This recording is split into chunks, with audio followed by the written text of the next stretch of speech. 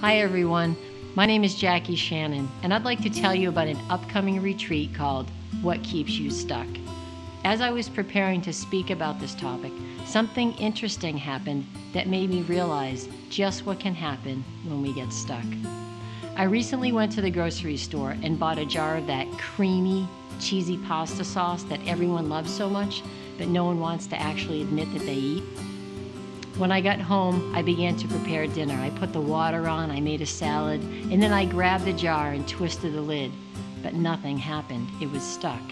So I banged the lid on the counter and I twisted again, and still it wouldn't move.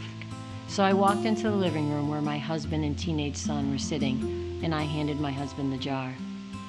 When he grabbed it, he twisted the lid, and still it wouldn't budge. As the two of them sat there discussing how they were going to get the lid off, I wisely exited the room, wondering all along what I was going to do to prepare for dinner if they couldn't get the lid off. From the other room, I could hear lots of banging and grunting, and suddenly I heard the pop of the lid and a cheer from the guys as they realized that dinner was on. When I got the jar back and I went to pour the contents into the pan, I realized that along the rim the cheese and cream had spilled during the manufacturing process, and when they put the lid on, this acted like glue and sealed it, and that was what kept it stuck. As I continued to putter around the kitchen, and I thought about what had just happened, and I thought about that question, what keeps you stuck, a few things came to mind. First, I realized that as long as the lid was stuck, I wasn't able to move forward with the plans that I had.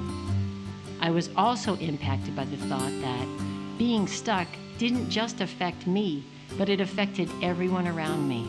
I also learned that when I couldn't do it on my own, it was important to reach out for help. Finally, I recognized that as long as that lid was stuck, that I couldn't enjoy what was inside the jar, the very purpose that it had been made. It was interesting how this simple, everyday experience so mirrors what happens to us when we get stuck. So I ask you, what keeps you stuck?